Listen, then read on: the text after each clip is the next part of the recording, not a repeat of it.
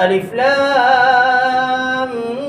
ميم را تلك آيات الكتاب والذي أنزل إليك من ربك الحق ولكن أكثر الناس لا يؤمنون الله الذي رفع السماوات بغير عمد ترونها ثم استوى على العرش وسخر الشمس والقمر كل يجري لأجل مسمى يدبر الأمر يفصل الآيات لعلكم بلقاء ربكم توقنون وهو الذي مد الأرض وجعل فيها رواسي وأنهارا ومن كل الثمرات جعل فيها زوجين اثنين يغشي الليل النهار إن في ذلك لآيات لقوم يتفكرون وفي الأرض قطع متجاورات وجنات من أعناب وزرع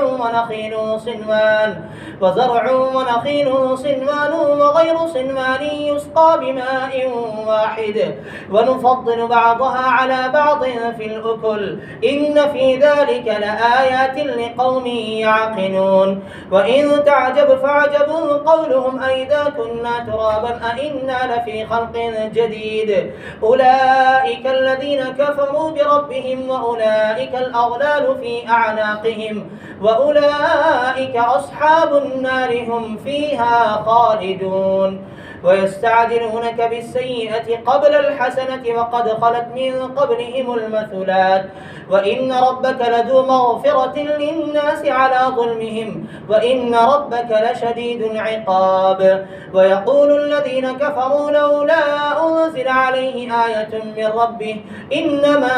أنت منذر ولكل قوم هاد الله يعلم ما تحمل كل أنثى وما تغيض الأرحام وما تزداد وكل شيء عنده بمقدار عالم الغيب والشهادة الكبير المتعال سواء منكم من أسر القول ومن جهر به ومن هو مستخف بالليل وسارب بالنهار له معقبات من بين يديه ومن خلفه يحفظونه من أمر الله إن الله لا يغير ما بقوم حتى يغيروا ما بأنفسهم وإذا أراد الله بقوم سوءا فلا مرد له وما لهم من دونه من وال الله